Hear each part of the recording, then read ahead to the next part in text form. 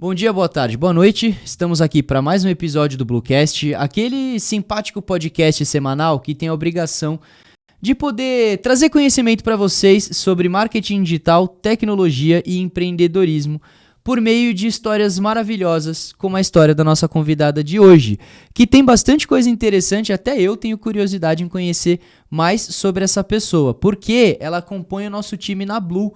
Ela é uma das nossas executivas de vendas da nossa equipe global.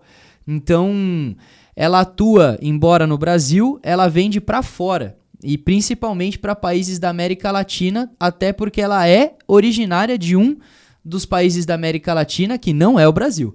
Bom, antes de irmos à convidada de fato, eu quero lembrá-los que a gente faz as nossas gravações no Blue Space. Então, se vocês querem ter essa experiência maravilhosa de um estúdio completo com todos os equipamentos profissionais altamente capazes para ajudar vocês a produzir conteúdo, pode ser no formato podcast, mas pode ser produção de conteúdo mesmo, ou profissionalizar a sua imagem, construir autoridade dentro da sua área de atuação, enfim, o que você precisar para produção de conteúdo, a gente consegue te ajudar. Muitas vezes você não sabe como tirar a ideia do papel, é só trazer pra gente que a gente faz acontecer pra você.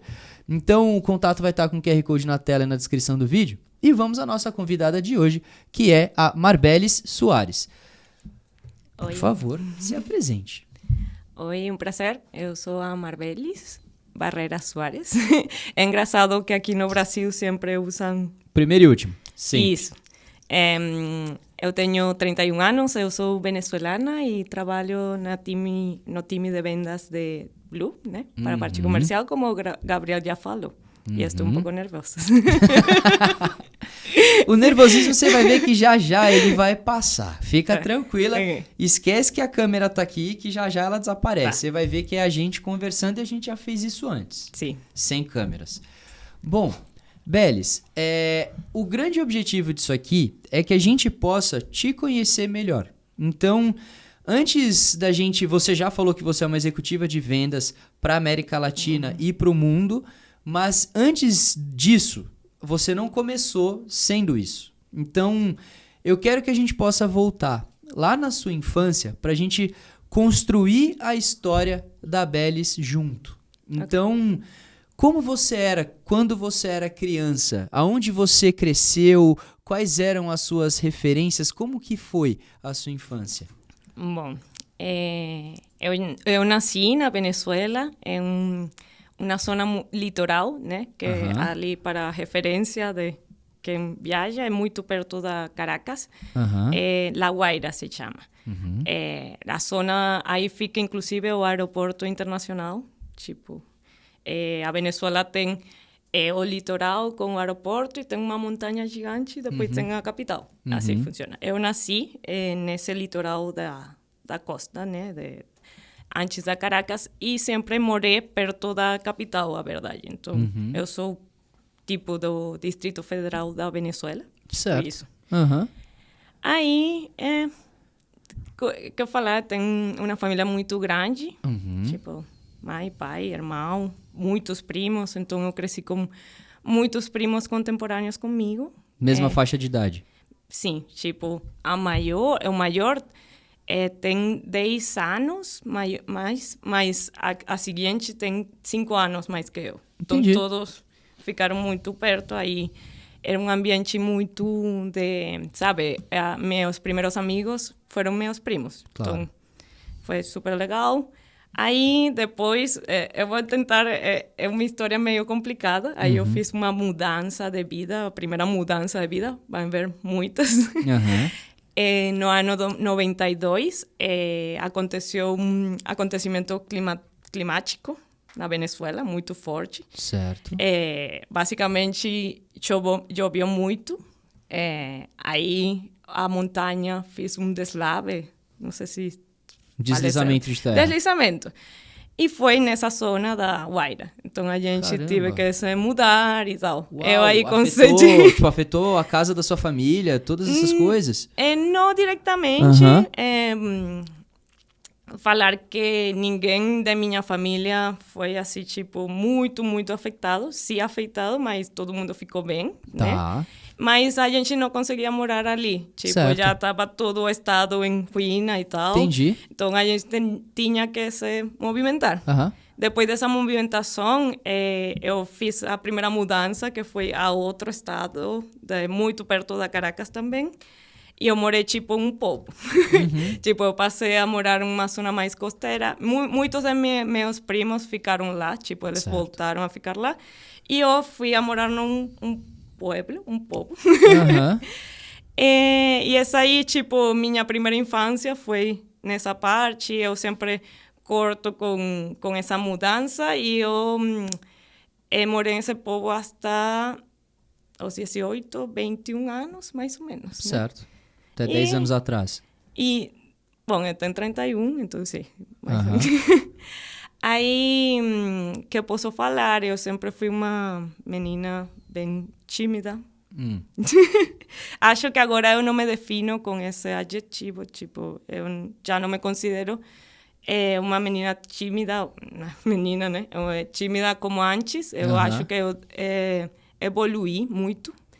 Mas, quando eu era criança, eu era a menina tímida do grupo dos primos, né? Entendi. Eu seguia todo mundo, eu era muito observadora, isso sim. E no povo, eu fiz umas amizades muito fortes, tipo, eu não veia tanto já minha família, mas também tinha muitas pessoas da minha mesma idade. Eu acho que meus pais decidiram também se movimentar, mudar, porque era uma zona melhor, vamos falar assim. Perfeito. Tipo, urbanização, com crianças jogando e assim. Então, foi uma infância bem legal. Eu consegui me desarrollar, tipo, ter amigos, tudo isso. Inclusive, eu fiz minha primeira melhor amiga fora de minhas primas, nesse povo, e ainda eu tenho contato com ela. Então, é muito legal.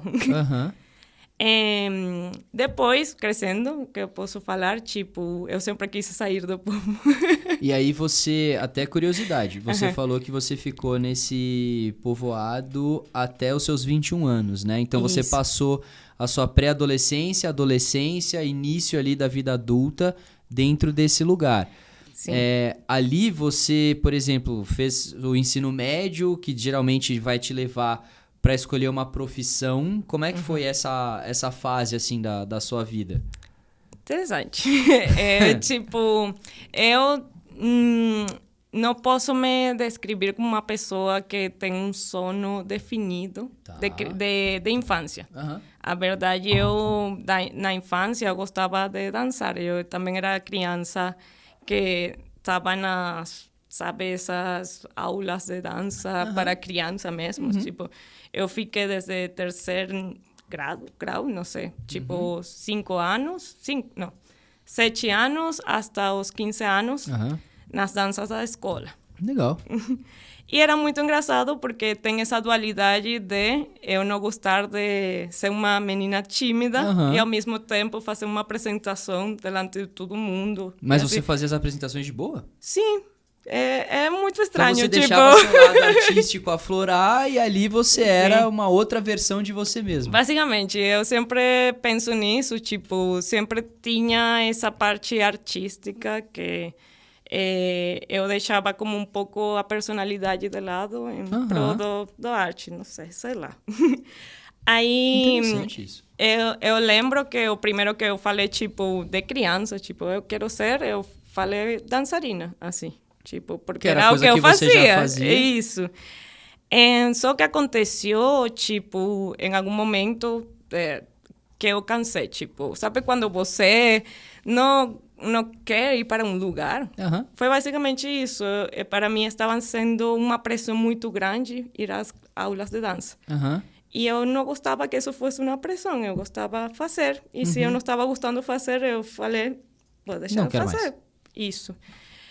E com 15 anos, tipo, eu deixei de fazer e, em paralelo, eu comecei a desenhar. Interessante. Tipo, eu lembro muito bem que foi, tipo, quando eu deixei a dança, por alguma razão, eu comecei a desenhar. Eu assistia a seriados, tipo, animes e tudo isso. Então, eu fiquei sendo a menina que desenhava na aula, sabe? Legal. Eu fui um pouco assim também. Sim.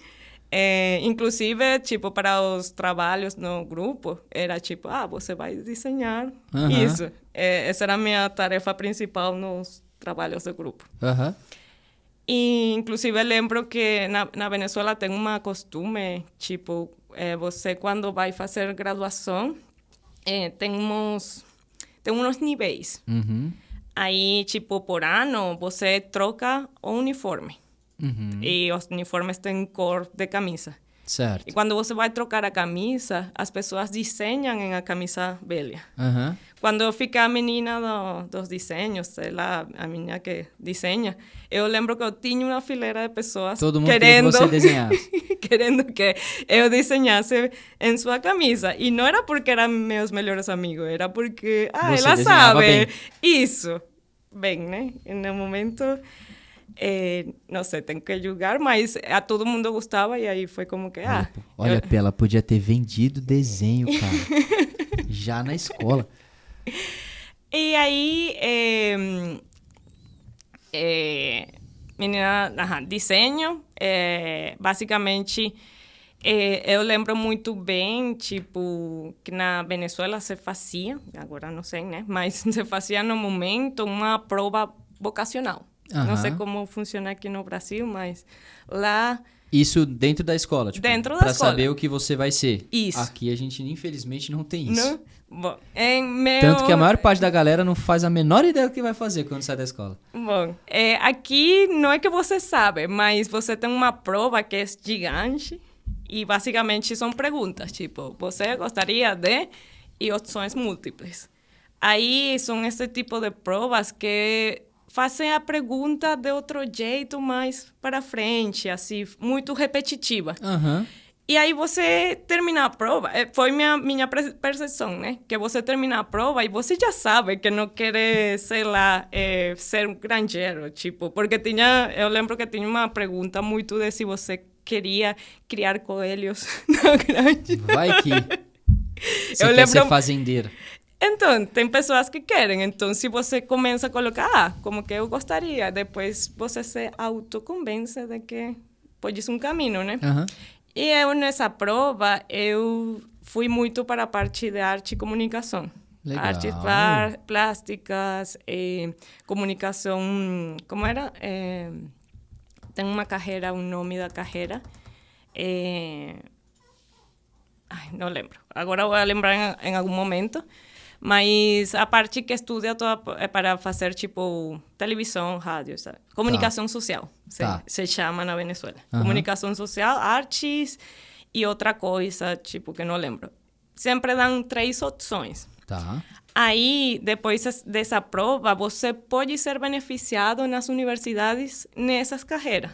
Tipo, para isso serve. Tipo, para dar uma oportunidade para você na possível vocação. Mas, por exemplo, aí curiosidade minha, existem universidades diferentes e o que faz você ir para uma ou para outra? Então, na Venezuela, de minha época, existiam, sim, universidades diferentes e as melhores eram as públicas. Tipo, não tem que pagar nada, mas como tem muita demanda, aí você tem que estudar... Bastante concorrência. Isso, tem muita concorrência. E você faz uma prova para entrar? Faz uma prova. É tipo o que a gente tem aqui, que é o vestibular, no caso. Isso. Só que lá você tem essa prova vocacional antes desse vestibular. Isso. Tá. Que pode ajudar, tipo, o governo no momento fazia alguns benefícios em base a essa prova. Tipo, você... tem esse direcionamento, então, sei lá, você vai conseguir mais rápido, não mais rápido, mas havia uma facilidade. Eu lembro que você podia conseguir em algumas universidades, não com tanta concorrência, se entrar dependendo do resultado de sua prova, não? Entendi. Essa carreira. Perfeito. Aí, as privadas também são boas, não tão boas, mas são muito, muito caras. Então, aí para a maioria, fica descartado. Não tipo... posso dizer que aqui é tão diferente, mas tudo bem. Bom, eu estudei um ensino médio e tudo isso privado, mas meu intuito, né, era entrar universidade pública. Universidade pública, que é o melhor. Eu lembro que fiz as provas e não fiquei. Inclusive, tem uma história ou um episódio que eu lembro que não ficar por uma décima, assim, menos de um ponto, assim. Foi muito triste. Aí, para arquitetura, que eu fiz para arquitetura porque eu tinha essa coisa do desenho, sei lá, claro. então... E que tá totalmente alinhado com uma coisa com a outra, né? Sim, é na mesma época onde eu sabia um pouco onde eu queria, tipo, o que não... Eu estava mais segura do que não, que era a granja do coelho, né? Eu sabia que não queria e sabia em que área queria experimentar, mas não tinha muita certeza de nada. Então, e nisso eu tive a oportunidade de estudar na escola de artes, que estava meio sendo reformada, porque antes eram os institutos de artes plásticas na Venezuela, certo. E agora era um tipo de mistura, eles estavam voltando isso na universidade.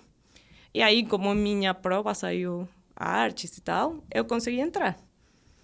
E, bom, assim eu terminei estudando artes plásticas.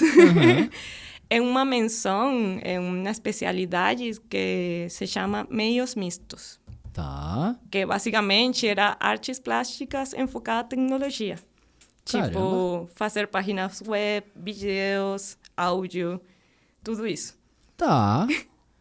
Eu não sei se você O pior é que eu entendi, mas eu tô tentando fazer uma possível referência com... Se a gente tem alguma coisa parecida aqui.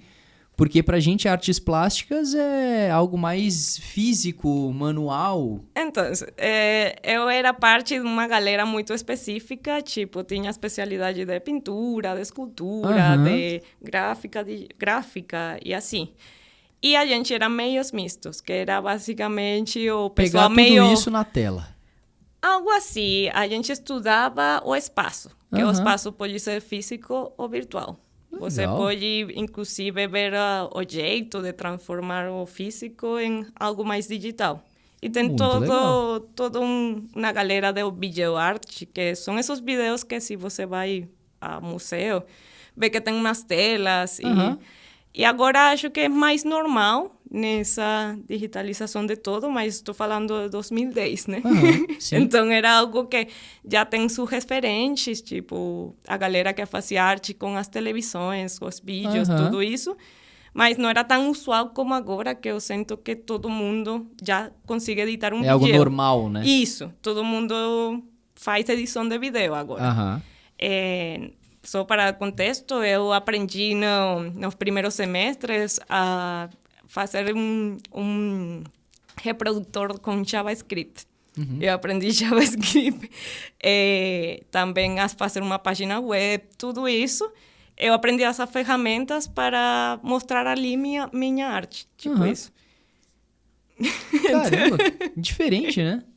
Imagina você fazer uma faculdade de artes, teoricamente, artes plásticas, e aí você aprende JavaScript pra fazer uma página na web. Tipo, caraca, são coisas... Eu já não lembro. Se você for olhar pra nós hoje aqui, eu não sei se a gente é assim, cara. Você já viu alguma parada dessa? Não. Porque aqui, geralmente, se a pessoa faz artes plásticas, é realmente artes plásticas. Não vai... Isso aqui, por exemplo, um curso... normal de você aprender JavaScript é um curso de tecnólogo em desenvolvimento, alguma coisa voltada para isso, sabe? Web design, talvez. Isso, sim. A verdade foi só um semestre, não focou nisso, mas a gente aprendia... Só o fato de ter já é bem legal. Ferramentas, tipo, era um semestre de Java, um semestre de animação, um semestre de essa parte de criar um website, outro de Premiere, de Illustrator, Photoshop. Perfeito. Todas ferramentas que são software para criar arte. Para criação. Deixa eu te perguntar uma coisa. Até aqui, você era uma mulher tímida. Nessa fase da sua vida, você já tinha passado a se tornar menos tímida do que antes? Então, nessa fase da minha vida, eu já tinha deixado de ser adolescente, tipo, 18 anos. Eu já não ligava muito para isso. Eu já tinha meus amigos, meus ambientes, sei lá. E, sabe, eu acho que quando eu focava muito nessa parte, eu sou tímida e tal, era muito de criança pré-adolescente, que acho que as Você ainda não sabe meio que interagir com o mundo, né? Isso. Eu consegui meu jeito de interagir, eu tinha meus amigos lá. E não ligava muito se eu sou tímida ou se eu sou... nunca foi, tipo, um impedimento para nada. Tipo, Legal. já não ligava muito. E na parte, por exemplo, de quando você ainda era tímida e mais jovem, você usava a dança como um refúgio. Ou uma forma de poder se expressar, talvez. E dá pra perceber que você admirava essa sua posição quando você estava ali. Quando você, agora, trazendo mais para um momento recente, de você já estar na universidade, fazendo artes plásticas com programação, você já tinha alguma coisa, por exemplo, que você usava para trazer esse elemento da arte? Tudo bem que a sua faculdade era para isso, mas alguma maneira que você usava de algo que você se expressava para os outros, como uma dança ou algo do tipo? Talvez como hobby? É engraçado que você fale se eu usava ou fazia, porque na faculdade de artes você está sempre pensando em fazer coisas. É um constante fazer. Tipo, projetos, tipo, tinha as matérias mais teóricas, mas você, inclusive, é muito, tipo, puxado a fazer algo próprio, a conseguir seu estilo. Sua assinatura. Isso, ou sua temática. Então, você, inclusive, estava rodeado de muitas pessoas que estavam nesse mesmo caminho. Tipo, já você sabia, essa é a galera que trabalha com a natureza. Então, todos os trabalhos são com a natureza. E sei lá, e sempre tinha uma corrente, tipo, um estilo próprio, né? E aí sempre a gente se faz a pergunta de qual é meu estilo, né? E acho que na parte da faculdade eu estava nessa búsqueda de com que eu quero trabalhar, que eu quero fazer, que temáticas eu quero tocar. Porque eu falo muito das ferramentas que a gente pode usar, mas que tema você vai tocar com essa ferramenta? Essa era a parte mais difícil, né? Então, era um exercício constante de criar algo. E você conseguiu encontrar o seu caminho nesse sentido? Você poderia dizer que você tem um tema que você talvez tenha começado a construir lá? Eu construí um tema que é bem interessante para mim, né? Mas eu acho que não consegui evoluir ou desenvolver todo o tema. Ele estava meio em construção. Tá. Até hoje ou naquela época? Naquela época. Tá. Naquela época também, em paralelo com a universidade, eu comecei a trabalhar. Meu primeiro trabalho Legal. foi na livraria. Legal. Vendendo livros. Não, mento. Esse foi meu segundo trabalho. Meu primeiro trabalho foi como guia de sala, como num teatro, sabe? As pessoas que tiram o ticket, levam as pessoas. Era muito de protocolo. Eu até fiz aulas de protocolo ali no trabalho. E era tipo um trabalho, bolsa-trabalho, sabe? Tá. Esse foi... Eu tinha esquecido, mas... É porque nessa época eu tinha esses trabalhos como meio tempo, a verdade. Até para poder casar com a faculdade, todas essas coisas, né? Isso. Tipo um estágio, vamos dizer assim. Isso. Então, eu morava longe, porque o poblado onde eu morava era longe. E fazia faculdade e fazia meio tempo de trabalho, não todos os dias, e assim. Até que eu consegui uma residência na capital. Legal. E aí eu comecei a morar lá. E nessa época, acho que eu trabalhava mais na livraria. É assim, tipo... sabe esses empregos onde já você conhece as pessoas e a vezes fica um ano e depois você falou, já não quero trabalhar mais aqui, mas depois chamam você de novo. E assim. Meio que eu tinha uma livraria muito perto e aí eu trabalhava ali. Era engraçado porque era uma livraria que tinha muita história na Caracas, mas não estava no seu melhor momento. Mas eu escutava histórias de, nessa livraria, sei lá, essa pessoa já assistiu, já vem para cá firmar, assinar livros e assim. A nossa findada Livraria Cultura da Paulista, que quando fechou me doeu o coração profundamente. Isso, tipo, e que seria ano 2013, 2014, mais ou menos. Aí, vou tentar dar uma acelerada, porque faltam 9 mas a ideia é a gente realmente saber todos esses nuances da sua vida. Eu deixo você falar mais, porque eu tô absorvendo informação para fazer várias perguntas sobre essas realidades. Então, por exemplo, quando você começou a trabalhar na livraria, era uma livraria já conceituada, que não estava no seu melhor momento, mas conceituada dentro da cidade e tudo mais, e você falou que você vendia livros. Isso. Como que foi para você essa experiência? Porque, por exemplo, é uma experiência que até então era diferente do que você já tinha vivido. Para você vender, para ter sucesso em vendas, você tem que, por exemplo, como uma pessoa atuando ali, conhecer sobre os livros que você vende, conhecer sobre os autores que existem, conhecer sobre os temas de cada livro, conhecer sobre as pessoas que vêm até você perguntar sobre um livro ou outro. Então, dá para perceber que você tem uma veia artística, um lado artístico muito forte. Desde jovem, você também tinha bastante contato com a área da leitura? É uma das perguntas. Okay. Por quê? Para você trabalhar na livraria como uma pessoa a vender livros, você tem que saber sobre os produtos que você está vendendo, que englobam todas essas coisas que eu falei. Então, como é que foi isso para você? É uma pergunta interessante. A verdade, se eu faço a comparação com meu entorno, tipo, minha família, minhas primas e tudo isso, eu sou das pessoas que têm mais afinidade. Eu tive, desde mais jovem, essa afinidade à leitura, a verdade. Legal. Tipo, mas é engraçado porque eu acabo de lembrar que... Sabe quando você é muito jovem, tipo 13 anos, e você não sabe nem que ler e chegam para você os livros de autoajuda, que todo mundo lê. Tá. Não sei se é o mesmo aqui. Com 13 anos, entendi. Não sei, 13, 14. E as leituras que sempre mandam na escola, mas Sim. são leituras um pouco mais chatas, né? Sim. Tipo históricas e assim. Aqui Para igualzinho. Para meninos de 13 anos, 12 anos, tipo... Memórias póstumas de Brás Cubas.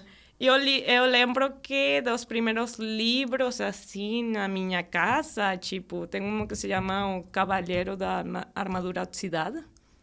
Eu não lembro... Cavaleiro da Armadura Oxidada. Não lembro se é o mesmo aqui no Brasil, não sei. Não vou saber te dar essa resposta. Eu sim lembro que a meu irmão, que tem um irmão mais velho, quase 3 anos mais velho, mandaram a ler para ele O Alquimista. Uau. De Paulo Coelho. Eu acho engraçado porque O Alquimista é em espanhol, tá? Sim. E a gente ficou como, uou, sei lá. E eu comecei depois a ler outros livros do mesmo Paulo Coelho, assim, por iniciativa própria, e depois outros livros além. Aí eu tinha também uma prima, minha prima maior, que ela recomendava livros. E ela era mais, tipo, desse lado da família que também gostava dessas coisas, né? Então, eu posso falar que ela é, tipo, a primeira figura de admiração que eu tive, porque Legal. saía um pouco da curva do que você olha normalmente, sabe? E ela leia bastante, tipo, então eu aí, tipo, eu estou conectando com a parte da literatura, minha prima também lê tal coisa, sei lá, e depois eu trabalhei em uma livraria. E quando eu trabalhei na livraria, eu conectei mais com a parte da literatura mesmo. Claro. Tipo, eu já comecei a ler umas coisas mais... que isso aqui? Mas isso, tipo... Eu sim... Nessa época, eu gostava muito das novelas, tipo, relatos fantásticos, assim. Mas se agora, eu trato de procurar algo tipo ensaio, mas... fatos, não sei. É tipo, as pessoas mudam ou procuram outras coisas e acho que... Você vai amadurecendo, só que a própria cabeça, ela busca coisas diferentes e muitas vezes que condizem mais com o seu momento de vida, né? Mas eu lembro que sim, empecei muito pelas novelas, assim, tipo... Foi legal. Peças de ficção, muitas vezes, que encantam a gente nesse momento de vida, né? Sim. E deixa eu te fazer outra pergunta. Isso já é uma pergunta um pouco mais de curiosidade também, mas voltado para o que você viveu naquela época. Por ser uma vendedora, na livraria, por exemplo, você, assim como talvez hoje você tem na Blue, você tinha meta, você tinha algum tipo de orientação, você tinha alguma gestão que ficava acompanhando, ou como que funcionava essa parte administrativa dessa empresa, porque não deixa de ser uma empresa. É uma empresa, sim, mas eu lembro, e é meio bizarro, porque essa livraria ficava um boulevard muito popular, tipo, no centro da Caracas, mas um boulevard muito comercial mesmo. E aí, quando você está em uma zona muito populosa, o que acontece? As pessoas entendem livraria como papelaria. Não sei se aqui tem a diferença. Então, não, tanto que várias das livrarias que a gente... Hoje não é tão comum ter mais tanta livraria, mas quando tinha era a mesma coisa. Tinha um setor dentro dela de papelaria. Então, e parte do trabalho, a metade do trabalho era falar para as pessoas, não, aqui nós tiramos cópia, a gente não vende caderno, e assim. A gente tinha uma chefa que quase nunca ficava por lá. Puxa. Tipo, sabe esses chefes que são como um mistério, tipo... Tal pessoa, senhora Margarita, e assim, tipo, ela sabe, ela conhece a gente, ela observa a gente, mas depois eu conheci ela porque eu trabalhei muito tempo lá, mas ela quase Você nunca... Você trabalhar muito tempo lá para conhecer, entendi. Sim, sim. E aí a gente tinha uma como encargada, um gerente, e ela era que fazia tudo, tipo, a parte da caixa, treinar a gente e tal. A gente recebia um treinamento de como se organizavam os livros, quais eram os autores, o que fazer em caso de um cliente assim, sei lá, e a gente ficava aí. Eu achava um trabalho muito sedentário mesmo, porque você tinha que ficar esperando que acontecesse algo. Tipo, estava aí na caixa. E com os anos, ou alguns anos, era tipo, as pessoas pediam uns livros que não estavam, então era tipo, não existe, não posso te ajudar. Não. Então era assim, um trabalho de muita paciência, e é engraçado porque as pessoas acham que como você trabalha em uma livraria, você consegue ler, mas quando você queria ler, sempre era interrompido, então não valia muito a pena. Eu até que consegui ler alguns livros lá, mas não era tipo, eu vou ficar aqui lindo, não. E aí a gente organizava a livraria, você fazia, não sei, amizade com seus companheiros, porque sempre tinha ao menos 2 pessoas pelo turno. E assim, tipo, não tinha meta, mas foi, tipo, muita confiança da dona, que... Depois começou a conhecer a nós, né? As pessoas que trabalhavam aí. Mas era muita confiança de vai lá, abre meu local. Eu até cheguei a ter as chaves. Eu abria nas manhãs, tipo... Já era, tipo, muita confiança de essa galera que trabalha aqui comigo e passa todo esse tempo comigo. Então, não era, tipo, metas de vendas, mas... era um trabalho legal para da parte de ser um time, não sei, da livraria. Não sei. Tinha sua organização, né? Por mais que a figura da dona não existisse, você tinha ali a organização do lugar e todo mundo, pelo que eu entendo, se ajudando para fazer o lugar virar. Isso, tipo, eu vou almoçar, você fica, ou você pode procurar o livro enquanto eu estou aqui com os clientes, sei lá, então... Todo mundo estava aí se ajudando mesmo. Legal. E eu lembro um episódio que foi muito bizarro. E acho que... Sabe quando você reage sem pensar? Bom, imagina que entraram muitas pessoas na livraria. Muitas. E aí éramos uma amiga e eu, que trabalhava obviamente comigo lá. E eu estava observando todo mundo enquanto ela estava atendendo, porque tem isso, né? Tem pessoas que entram. Isso. E aí eu vejo que um cara da rua entra, que mora na rua, tipo um... Mendigo. Entra da nada, pega um dos livros mais caros, assim, do estante, e sai. E aí? Eu fui atrás dele, tipo...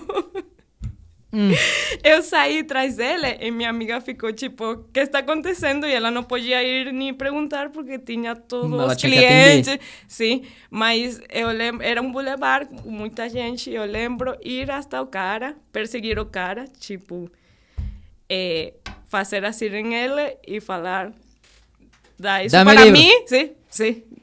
Eu pegar o livro e ir embora. Tipo, eu não Mas discuti você conseguiu pegar o livro. Sim, e eu fui embora. Poxa, E aí... ele era um mendigo culto, cara. Você tava impedindo o mendigo de se desenvolver. Sei lá, eu fui muito no automático. Tipo, eu vou lá, tiro o livro dela e eu voltei. E minha amiga falou, tipo, você é doida, porque você Eu ia fez falar isso. justamente sobre isso, porque, assim, eu acho interessante você ter a... Se a gente for colocar em outros papéis, a gente pode falar que é aquele sentimento de dono. Tipo, você tá trabalhando no lugar, uma pessoa roubou, você foi lá pegar o que era de volta do lugar que você trabalhava. Você é um representante daquele lugar. Mas, assim, é um mendigo que veio da rua. Imagina se o cara faz alguma coisa com você, sabe? Tipo, se ele tá num momento de surto de qualquer estado. Depois eu pensei, tipo... Isso é muito perigoso. E eu fiquei, tipo... Eu não sei o que aconteceu comigo. Foi muito no automático. E que, graças a Deus, que você só pegou o livro e voltou, né? Eu não tinha intuito de discutir com ele. Sim, ou claro. brigar com ele. Eu só queria que, tipo... Ele vai roubar em minha cara? Tipo, não vai fazer isso. E eu fiz isso no automático. E ainda lembro disso, tipo... Ai, que coisas da juventude. Louca, cara. E isso, tipo, esse é um dos episódios da livraria. Às vezes não acontecia nada e às vezes acontecia algo assim, danado. Totalmente louco. E o que veio depois da livraria? Então, para falar assim, eu também trabalhei de novo na parte fazendo guia de sala no primeiro emprego. Depois eu voltei para lá e assim. É que eu não lembro certinho, assim, porque foram várias temporadas. Não mas eu ficava, tipo, universidade, trabalho meio tempo. E também na universidade permitia você fazer especialidades de outras áreas. Tá. Aí eu fiz a especialidade de cerâmica por bastante tempo, quase 2 anos. E eu aprendi a tornear, eu aprendi a fazer cerâmica mesmo. Sabe fazer até hoje? Eu não sei se lembro. Tá. Tenho muitos anos sem fazer, mas eu tomei essa especialidade e eu lembro quando eu não trabalhava, eu ficava no ateliê da cerâmica, tipo. E era engraçado porque na búsqueda de minha criação artística, sei lá, tinha essa parte digital, eu editando vídeos, e tinha a parte mais física, cerâmica, que é barro, né? E aí, minha luta era como conciliar isso em uma ideia. Aí não sei se deu tão certo, sei lá. Fazer vídeos, fazer jarros e cerâmicas no Illustrator. Não, eu até no pensei... AutoCAD. Tinha um aplicativo para fazer cerâmica, tipo... Um aplicativo desses jogos. Eu achava engraçado, tipo... eu até pensei projetar na cerâmica, sei lá, a gente inventa muito, tipo... Tenta mesmo. Aí, essa foi, tipo, minha vida universitária, basicamente.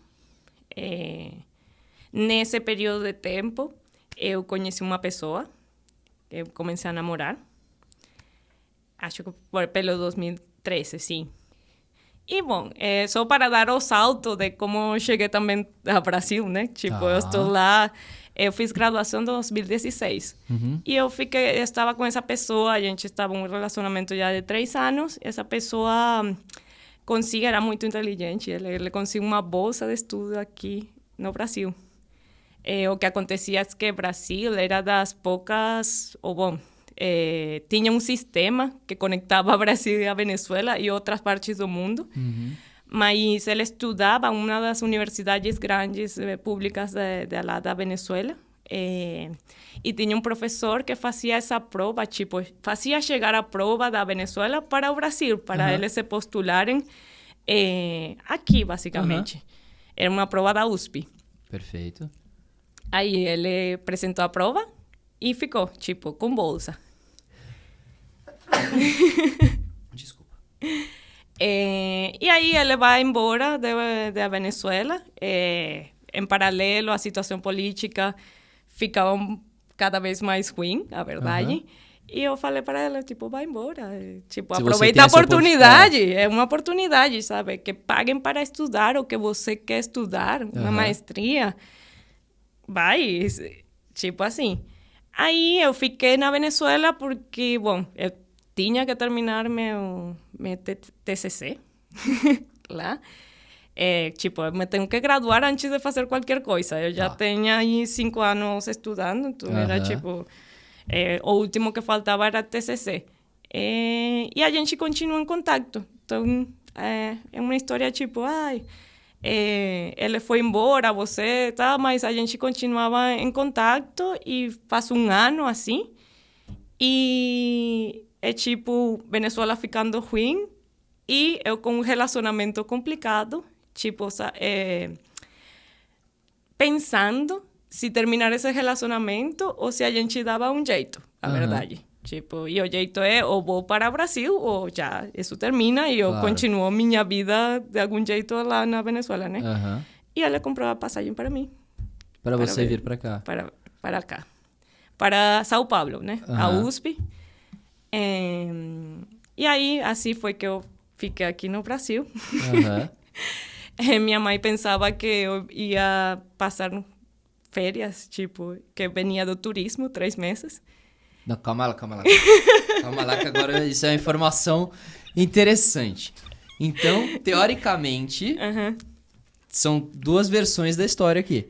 O seu namorado comprou a passagem para você vir pro Brasil. Nesse momento, você já tinha a ideia de vir e ficar? Eu tinha a ideia de testar. Tá, mas de qualquer maneira não ia ser só, tipo, um período pequeno. Você eu ia não sabia. Ficar... Você ia testar período indefinido. Não, eu não conseguia saber se ia dar certo. Sim. Para mim era, eu vou para lá... Tô indo, vou descobrir. Se for bom, eu fico e tá tudo certo. Isso. E aí, pra sua mãe, você veio passar férias. Entendi. Exato. Tipo, também tinha essa parte que da Venezuela, a verdade, estava ficando muito, muito ruim. Muito. E era tipo, vou para lá, vou testar. E nesse período em que eu estava testando, eu tinha feito um curso de português uns meses antes. E eu cheguei aqui, eu não consegui entender nada. Nada. Sempre assim. Nada. Eu lembro na rua, tipo, o moço do ônibus, tipo, pedindo passagem para mim. E eu escutar um ruído, tipo... E eu não entendo nada. Que eu faço aqui? Ok. Brasil. Aí aconteceu, e, bom, que isso foi no 2017, a princípios, no março. Eu vim, tipo, princípios de março para cá no Brasil. E no abril estalaram, foi muito forte os protestos na Venezuela.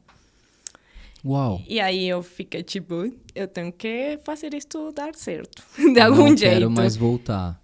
Sim. Então, por isso você pergunta se meu intuito era ficar assim. Não, era tipo, de verdade, testar e dar outra oportunidade a meu relacionamento. Aí a vida falou, Marbelis, você tem que ficar. tem uma oportunidade aqui que você vai fazer. Vai voltar, por, sei lá, ou vai ficar? E eu decidi ficar. Aí, Venezuela era parte da Mercosul até 2016. No 2016 foi pausado, tipo, a participação, ela ficou aí em um status estranho, e o Mercosul era o único jeito dos venezuelanos vir ao Brasil e ficar.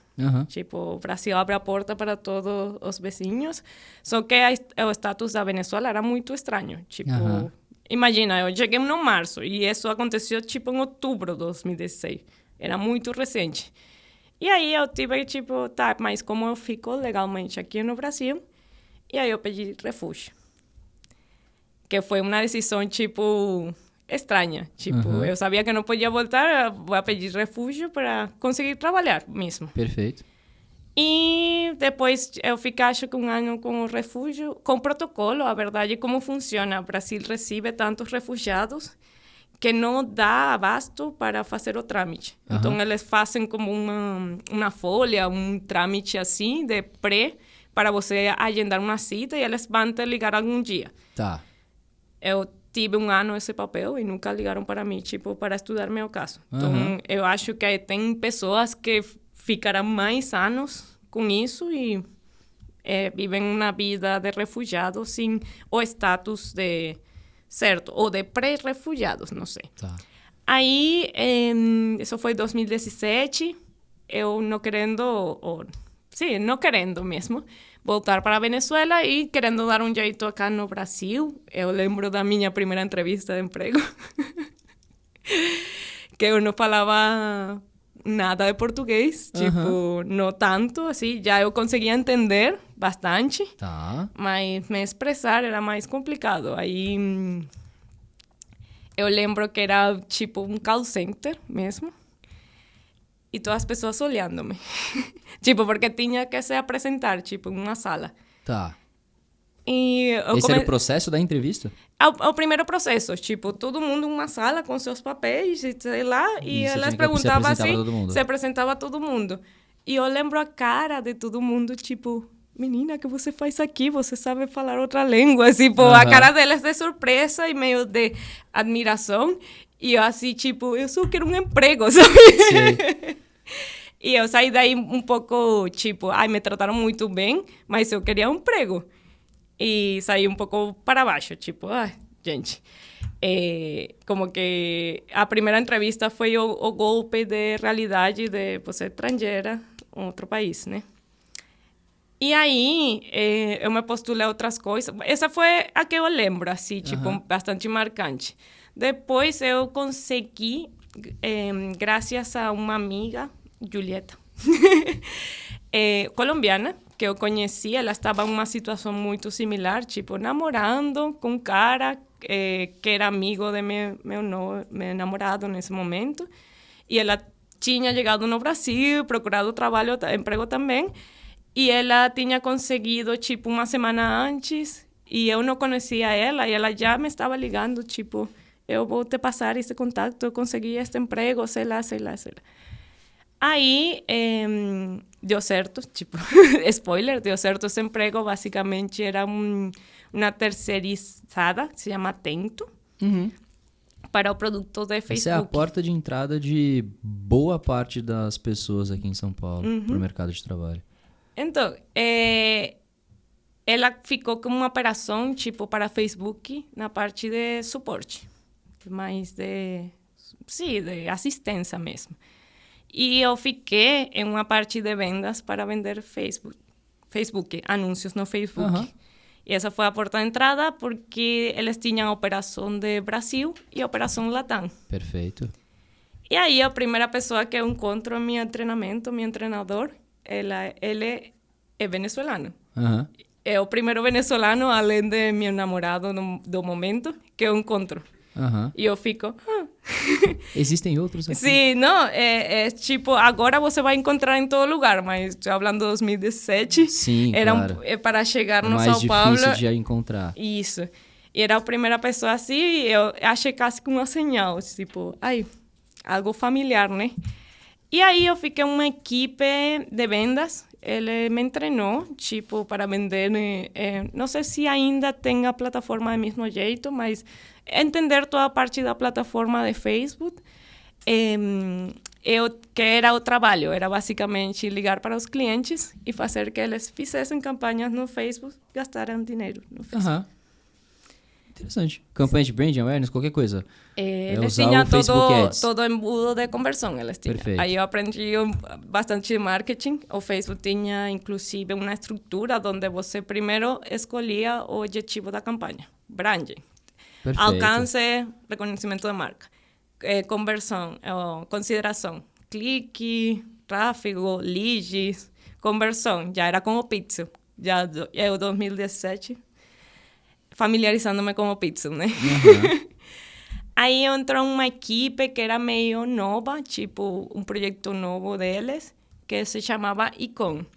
Em Icon, basicamente, você tinha carteira de clientes, 150 clientes de Latinoamérica, para ligar, e eram seus clientes pelo quarto inteiro.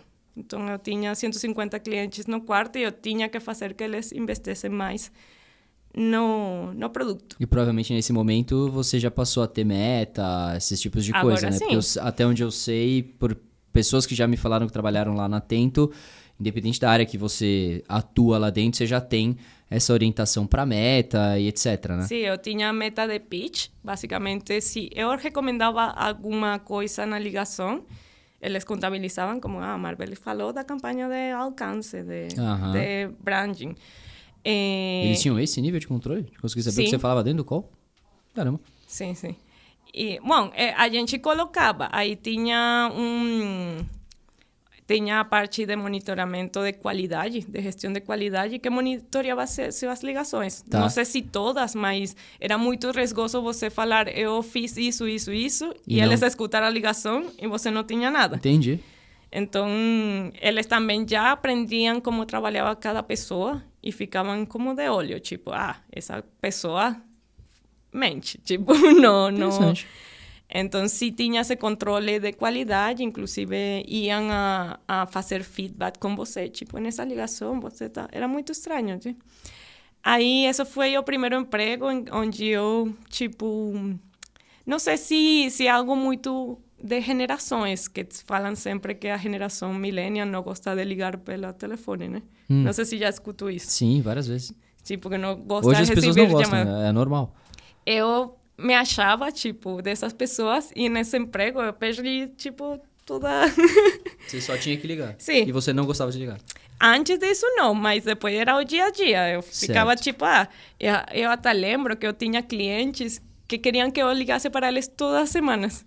E eu, tipo, já você sabe fazer. Era assim, tipo... Eu só queria falar com você, a gente agenda para a próxima semana. E eu, tá. Tipo, ok, produtividade, mas era engraçado porque já você cria essa familiaridade com o cliente. Eu até lembro de alguns casos bem pontuais. Eu lembro, por exemplo, do primeiro argentino com que eu lidei, que era um cara que estava muito molesto, muito bravo, muito chateado com o atendimento. Já era como a terceira pessoa que falava algo para ele e sei lá. E eu lembro que foi a primeira discussão de você para, me escuta, faz isso. E como eu justifiquei para ele que fazer, ele se acalmou. Tipo, eu dei justificativa para ele e eu lembro que ele se acalmou, funcionou. E a gente ficou de boas depois. Legal. Então, eu assim, tipo, bom, os argentinos são difíceis, mas se você dá um racionamento para eles ficam tranquilos. Sim. Eu lembro também de esse cara que ficava, tipo, vamos agendar toda semana. E era assim, ao nível de eu falar para eles como eles fazer a campanha. É assim, tipo, abre a tela, clica aqui, faz isso, coloca esse orçamento. Era esse nível.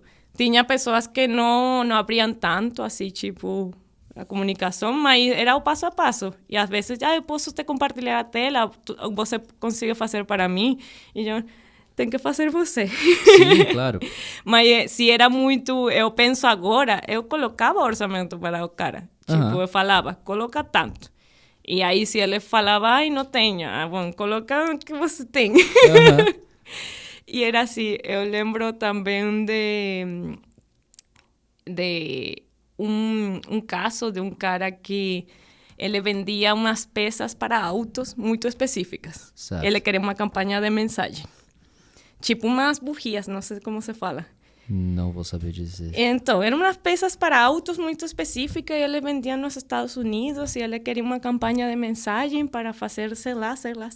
E eu fiz tudo com ele, a campanha. Eu fazia o público, elegia as segmentações, tudo. E eu veia depois, como o dia seguinte, eu tinha a visualização de seu administrador de anúncios, né? E eu conseguia olhar, tipo, se a campanha dava certo ou não. Certo.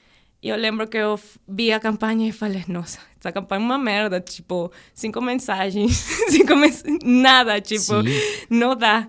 Aí eu ligo, tipo, sabe quando você vai ligar e se prepara? Você já sabe que... Assim. E eu ligo para ele E ele estava muito feliz. Me falou, Marbelis, e fiz uma venda. Com uma venda, eu já recupero tudo da campanha e mais.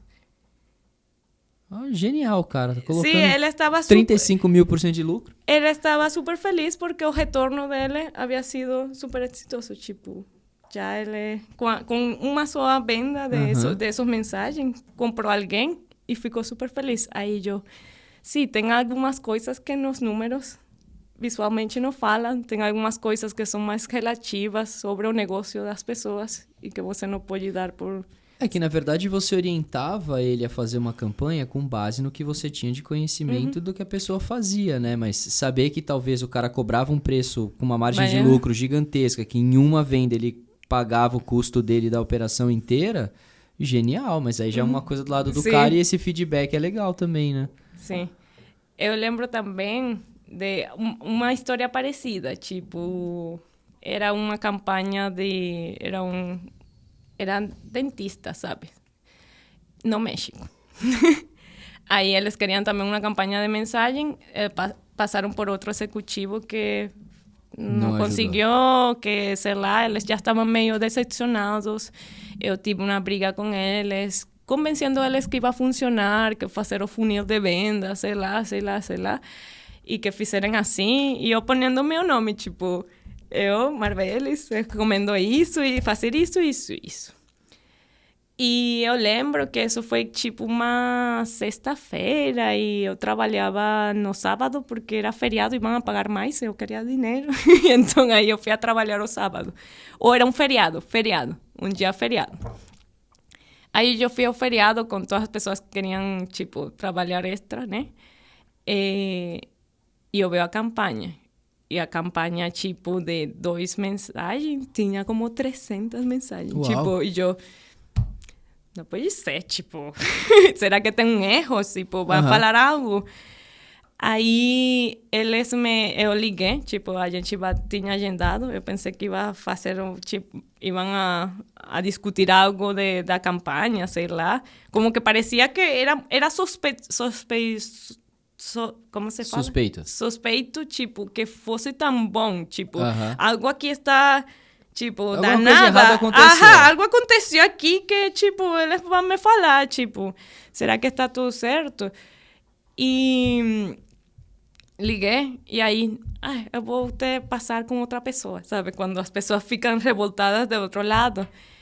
E aí ela ficou, tipo, agradecendo-me, falando que eu fiz, que as campanhas começaram a dar super certo, sei lá. E eu, ok.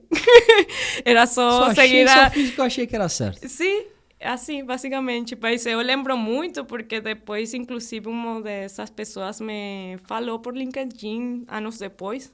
Tipo, eu não sei se eles queriam me levar a trabalhar no México, sabe? Às vezes. Mas eu fiquei, tipo... Ok. E, bom, tinha muitas ligações. Essas são algumas que eu lembro, tipo, porque foram casos que eu fiquei...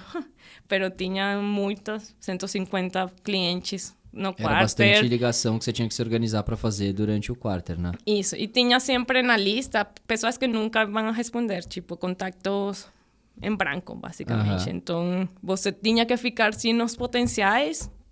tentando que eles desse certo para continuar investindo, tentar de vez em quando ligar para esses que nunca atendiam, a ver se dava certo. Aí, se as contas começavam a investir muito, aí passavam para outro time do Facebook, né? E o engraçado era que, às vezes, passava para esses times e os clientes ficavam, tipo, revoltados porque não atendiam também eles como... antes. Como você fazia anteriormente. Eu e outras pessoas, não sou eu, né? Claro. Tipo, tinha esse sistema de, o cliente superou tal investimento, vamos dar um atendimento premium, e às vezes o atendimento não era premium. Exato. Então, foi uma experiência muito interessante. Eu saí de lá porque fizeram muitas reestruturações, tudo cresceu muito e ficou meio estranho. E porque tive outra oportunidade de trabalho. Aqui no Brasil. Alguém que virou minha amiga e foi minha chefa lá. Ela foi a trabalhar para uma empresa chamada TTEC. Aí essa empresa trabalhava com projetos da Google. E ela me chamou para trabalhar com ela para a Google Cloud, na TTEC. Eu fiz a entrevista e tal, quedei e saí da parte da Atento. No Google Cloud, eu que fazia? Isso foi 2019, só para dar um contexto histórico em que momento eu me encontrava. Fiquei 2 anos no Atento. 2019 fui a trabalhar lá no TTEC para Google Cloud e era prospecção, era qualificação de lead. Aí eu aprendi sobre tecnologia SaaS e toda essa parte de produtos que o Google desenvolve, né, para os empreendedores, para as empresas, para, sei lá, era muito mais técnico tudo. Já eu deixei a parte de marketing e meu trabalho também para a Latinoamérica era ligar para as pessoas. Às vezes tinha uns leads, às vezes tinha carteira de clientes. E às vezes tive um SDR. Mas eu sempre fui, tipo, muito proativa também desde zero, procurar meus clientes, assim. Aí comecei a fazer lista, investigação, sei lá. E tinha que ser era um cliente muito mais específico. É o cara de TI, que eu falava com ele, eu apresentava, tipo, algumas soluções. Eu perguntava para ele como era seu servidor, se ele tinha servidor físico, quantas computadoras, quantos de RAM, tudo. O Google tem uma calculadora para fazer essa conta e dar a solução para você. Tipo, você pode fazer isso com uma computadora virtual na nuvem e esse é o preço, sei lá. Eu chegava até ponto de cotização, vamos falar. E tinha também as partes de tecnologia de machine learning. Perfeito. E assim. Mas você não realizava a proposta de fato, você fazia até a cotação e aí quem levava a negociação adiante já era uma outra pessoa. Isso, então... eu preparava todo o lead para a outra pessoa. Muitas vezes eu indagava, tipo, é um projeto, eu lembro, tipo, não sei se foi na Chile, uma empresa de segurança que queria fazer o software para eles terem umas câmaras, sabe? Então eles precisavam de AI Vision. E assim, então eu tentava puxar todas as informações, orçamento, tudo. Detalhava o máximo possível para talvez, closer, né? Um negociador receber isso e fechar negócio. Isso. E aí eu fiquei, tipo, 1 ano e meio, não sei, fazendo isso. Aconteceu que, a pandemia.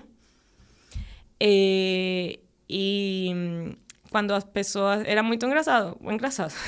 Muitas pessoas ficavam tipo, não tenho emprego, não tenho... Sei lá, eu estava com muita demanda de trabalho.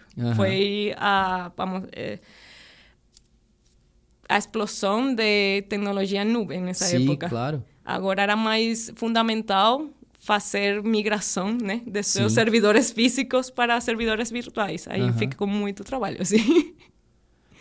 E você passou o período da pandemia inteiro nessa oportunidade? Trabalhando. Até 2021, sim, eu estive... Tá, 19 a 21, ficou mais 2 anos. Sim. Sim, eu fico bastante tempo nos trabalhos. Então, até então, você desenvolveu aprendizados na área com Atento em marketing, funil de vendas, contato com o cliente... intermediação ali, gerenciamento de conflito, porque muitas vezes você lidava com pessoas que não estavam felizes e você tinha que intermediar isso. Aí você saiu dessa frente, foi para uma outra empresa, ao qual você teve mais contato com tecnologia. Então, posso dizer que ainda atuando em tendo contato de relacionamento, você tinha muitas situações de marketing, porque você está tentando fazer uma venda ou proporcionar uma venda a acontecer. Então, o desenvolvimento que você tinha de colhimento das informações, detalhamento de valores e etc., não vou dizer que não é, porque é um marketing, porque é uma forma que você está construindo de relacionamento com o cliente que depois o closer pegava e fechava. Isso. Então, a gente pode dizer que você, lá atrás, ainda na Venezuela, iniciou a sua carreira numa vertente mais artística. Então, você teve um período da sua vida no qual você estava buscando a sua assinatura, o seu tema no mundo, porque, pelo que eu entendi, você buscava alguma coisa nessa área. Aí você teve uma situação amorosa, seu namorado veio para cá, te puxou para cá pouco tempo depois, e aí a vida foi te levando para um caminho mais de marketing e tecnologia. Exatamente. Curiosidade, você chegou depois aqui já no Brasil, tendo contato com marketing e tecnologia, a fazer algum curso nessa área, alguma especialização ou alguma coisa do gênero? Então, nas diferentes empresas, eu fiz esses cursos mais de LinkedIn, não? LinkedIn, tipo que do são voltados Google. direto só porque você está atuando ali, né? Isso, o Google mesmo, o Facebook mesmo fez muitas capacitações. Então, para fazer, você é obrigado a fazer esses cursos, você tem que ter o certificado, né? Isso, então eu fui sim capacitada durante o trabalho, tipo, e trabalhei com empresas que dominam o mercado, né? Então, isso é muito bom, mas além disso, ainda não, mas eu gostaria, tipo, fazer algo, tipo, voltado mais a marketing, assim.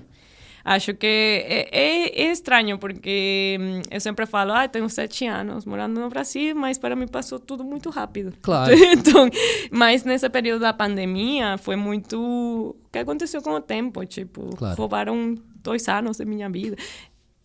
Não assim, tipo, eu fiz coisas, né? Mas foi muito estranho mesmo.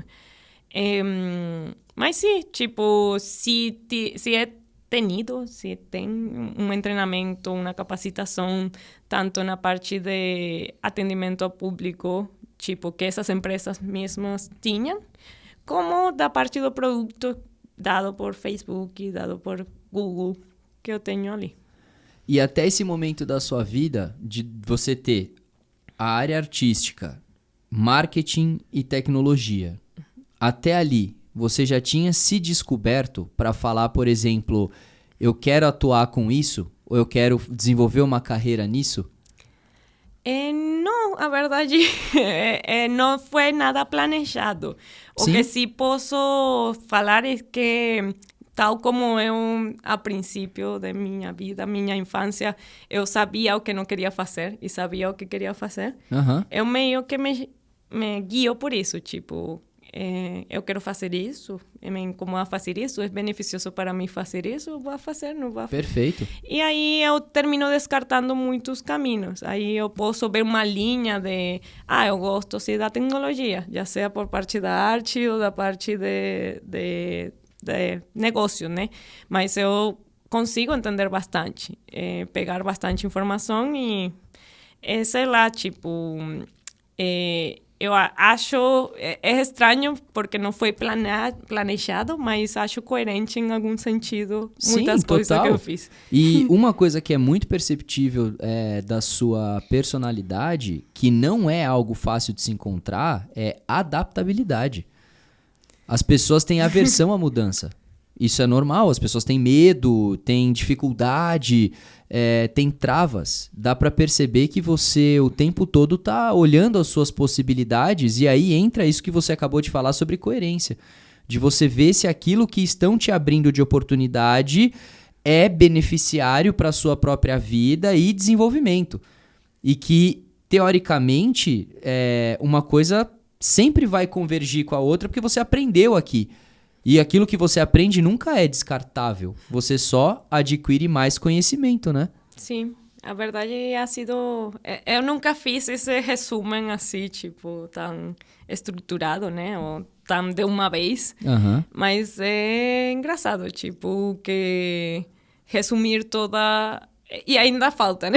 Ainda não cheguei na parte da Blue, mas resumir a vida e ver que ele tem uma coerência, sim, eu sinto que fala de como eu sou fundamentalmente. Tipo, para mim é muito importante ter essa coerência. Tipo, total. Não importa... E é sem tabu mesmo, tipo... você quer tentar, você quer fazer, faça, mas se você quer e se faz sentido no momento e para você. Aí eu me he encontrado com oportunidades que fazem muito sentido. E não seria esse o tema da sua arte, talvez? Não, não sei. Que é justamente a adaptabilidade para você conquistar sempre novas oportunidades? Pode ser. Tipo, essa é uma coisa que está aberta também, tipo, em paralelo a todo esse processo, eu sempre tive essa parte de, como será a arte aqui no Brasil, sei lá, como funcionará, e eu procurava, tanto assim que no 2021 eu comecei a pintar, tipo, no óleo. por minha conta. Tipo, assistir vídeos e comprar materiais e é algo que eu faço. E eu estou gostando do resultado, mas também uma búsqueda que eu quero passar da mensagem, né? Aí eu dou muita importância. Eu não sei se é porque eu estudei arte, que estudei isso e vi muitos referentes que tem o meio, sim, o caminho, o jeito para você fazer as coisas e tem a mensagem. E quando você concilia, você consegue essas duas coisas se alinham. E muitas vezes uma vem atrelhada à outra. Tipo, o meio é sua mensagem em si mesmo, né? E essas são tipo de coisas que eu penso, tipo... quando eu fiz cerâmica, fiz muita cerâmica utilitária. O utilitário é belo, né? Bonito, claro. Mas não tem uma mensagem muito atrás. É utilitário, como fala. Perfeito. É mais técnica. E aí, minha búsqueda é isso, tipo, fazer algo que eu consiga falar, tipo, essa é a mensagem que eu quero passar e concilia com o meio que eu estou usando, né? Perfeito. Então, na parte da pintura, eu ainda estou nessa búsqueda de... Perfeito. Técnica, mensagem e meio, né? Tipo... E a gente pode considerar que, por exemplo, se a gente for alinhar o que você acabou de falar sobre pintura, com o que você estava falando sobre a parte cronológica da sua carreira, a gente estava num período de pandemia. Então, a pintura foi uma das coisas que você encontrou para conseguir também trabalhar a sua cabeça num período de pandemia? Pode sim, pode. Eu posso falar isso sim, que foi um meio para também escapar, fazer alguma coisa que eu gostasse, que não fosse só trabalhar Claro. no computador. É algo que eu também falei quando entrei na Blue, que eu tinha desde a pandemia trabalhando de home office. Aí é estranho, a verdade. Eu trabalhei presencial, todo mundo trabalhou presencial por tantos anos, que voltar à normalidade é estranho mesmo, tipo, pensar que esse curto período você conseguiu como se desconfigurar, né? E claro, acham umas total. coisas que eram muito normais antes, agora são como, ué... O que está acontecendo? Isso. Você foi privado da sua liberdade, você foi...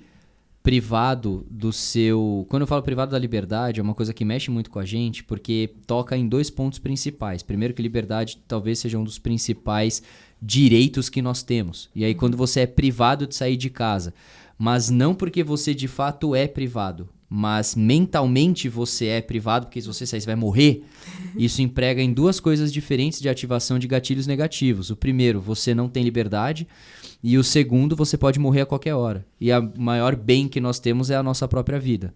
Então isso com certeza te desestrutura mentalmente, não foi só você, foi talvez a população inteira. Para entender como as coisas voltam à normalidade, leva-se um período. E isso é totalmente normal. Sim. Mas ainda no período de pandemia, você comentou que estava trabalhando na empresa com o Google Cloud. E até, pelo que eu entendi, então, nesse período você saiu dessa empresa. Não, eu fiquei nessa empresa 2021 e fui chamada por um amigo, já virou amigo, mas era um colega, eu trabalhei com ele no Atento, venezuelano.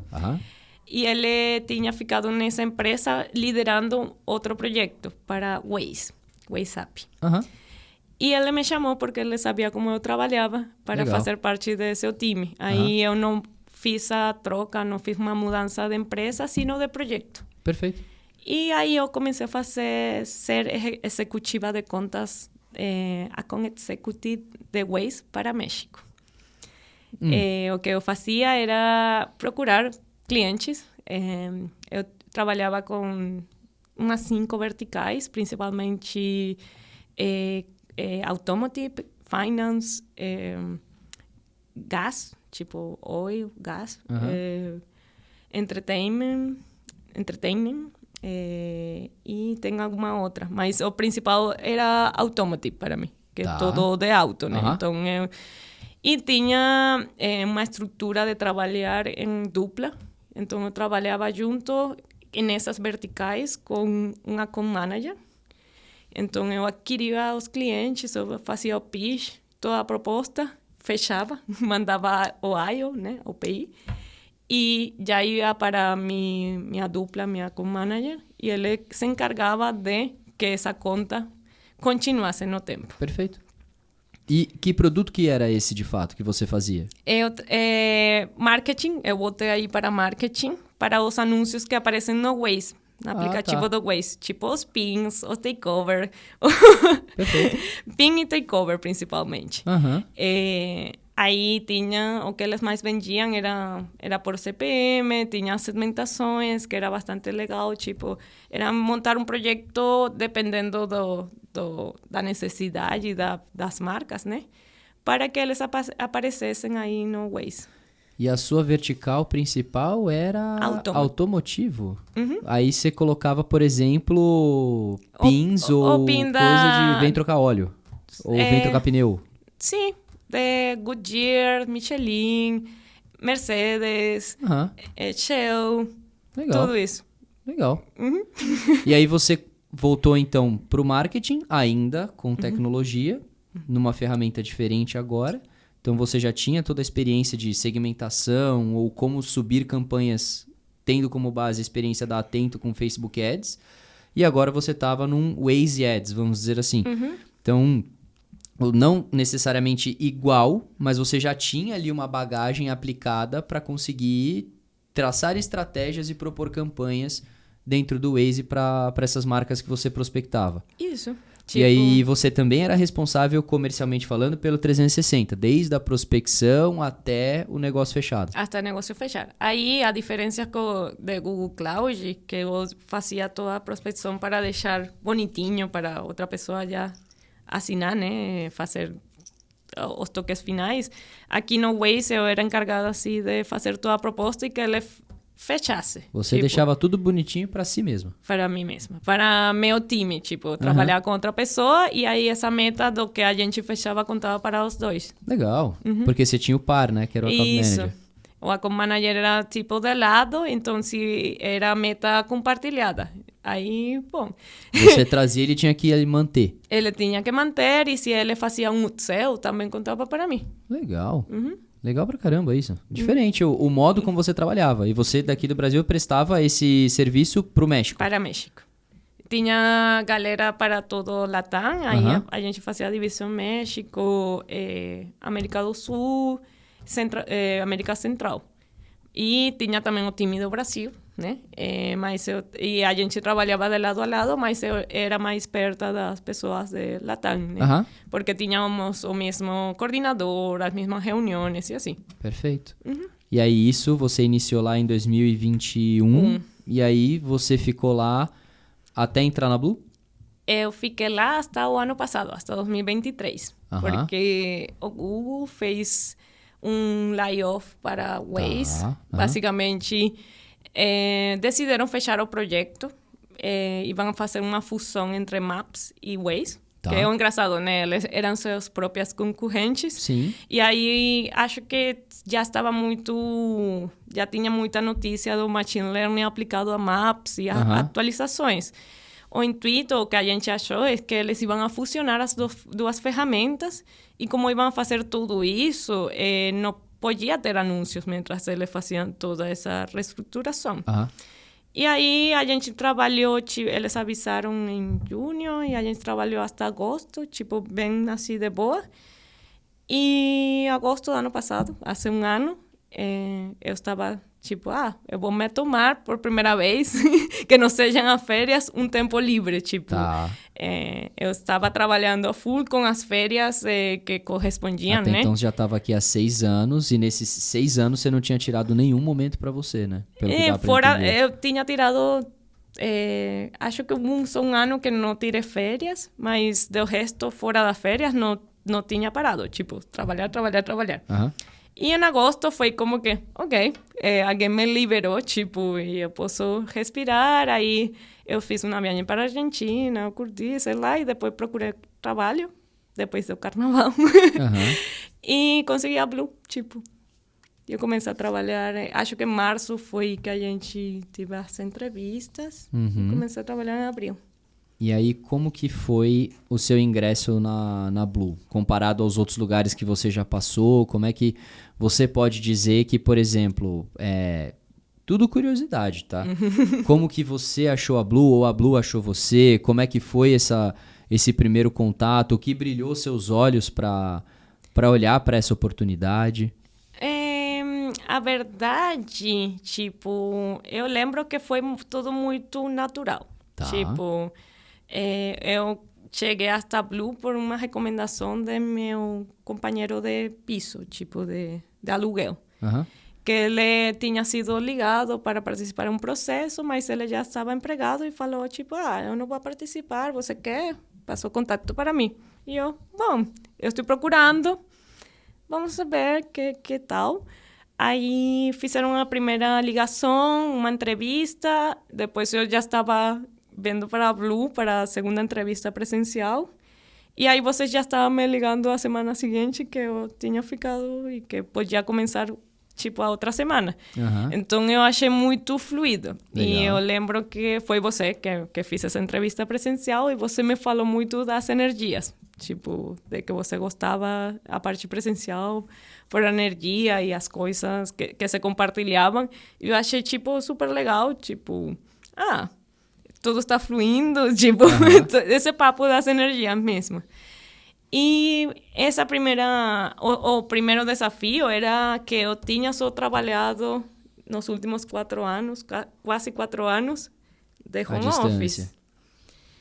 E aí, isso sempre eu fiquei tipo, se eu já fiz, eu consigo agora fazer de novo. Claro. Mas os primeiros meses, o primeiro mês, o segundo mês, foram complicados, tipo, voltar-se, adaptar, tipo, nessa rotina, né? Essa troca de rotina. Claro. Eu até já tenho tudo preparado em minha casa para trabalhar, tipo, o ambiente. E ficar, tipo, vou sair, é assim, agora o trânsito, tudo isso que eu creio que é o mais ruim do presencial, é o trânsito, né? Mas agora que a gente tem as sextas-feiras de casa, eu acho estranho. É engraçado, como que já eu me acostumei ao presencial novamente e agora sinto que o tempo passa muito diferente quando eu estou em casa. Tipo, às vezes é mais rápido, às vezes é mais devagar, mas não tem uma consistência, uma, sei lá, produtividade mais padronizada como aqui, que eu sei que tem todo mundo, tem, sei lá, não sei como descrever-lo. Tipo, se sente diferente, você está como, de verdade, mais desconectado, tipo, quando se acostuma a ver as pessoas presencialmente. Tipo, fica em casa e fica desconectado, tipo isso. É a maneira como eu enxergo sobre...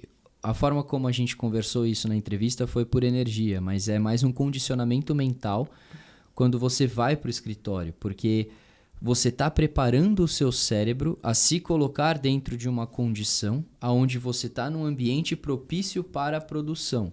Então, naturalmente, o que você faria aqui, muitas vezes você não fará em casa. E principalmente também pela energia, porque todas as pessoas envolvidas nesse mesmo ambiente estão com a mesma linha de raciocínio. Então você consegue fazer com que as demandas fluam de uma maneira mais rápida muitas vezes, ou não necessariamente mais rápida, porém mais assertiva, eu poderia dizer. Porque se você precisa de alguma coisa do colega, você só levanta da sua mesa, dá alguns passos e conversa com essa pessoa. Ao passo que se você tem alguma dificuldade, você também pode se direcionar diretamente à pessoa, chama a pessoa no canto, senta, conversa, toma um café, resolve.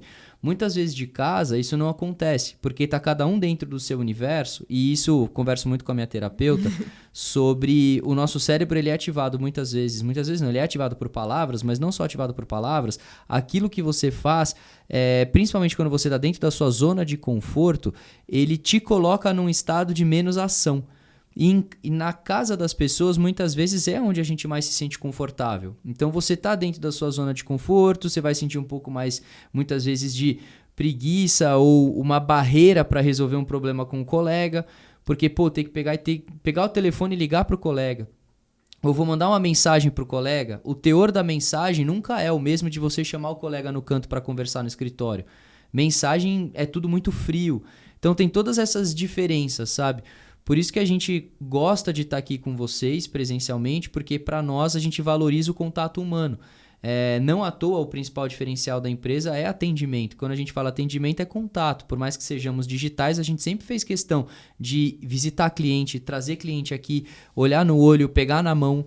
Isso pra gente faz diferença. E não só você constrói bons relacionamentos duradouros fazendo isso. E o trabalho, ele é um lugar propício para isso também, né? Então você Sim. tem ali uma boa comunidade se desenvolvendo e pessoas, em teoria, se ajudando em prol de um bem comum. Sim, eu na verdade percebi tudo isso e o primeiro ponto assim foi essa parte de presencial que agora é tipo difícil explicar para as pessoas que ainda estão no home office. É estranho, porque eu tenho muitos amigos que eu fiz durante toda essa carreira que eu expliquei para você, que eles ainda ficam de home office e às vezes eles me falam e eu tipo... ele ainda está nessa etapa de nem sequer ser híbrido, nem híbrido, estão como só home office.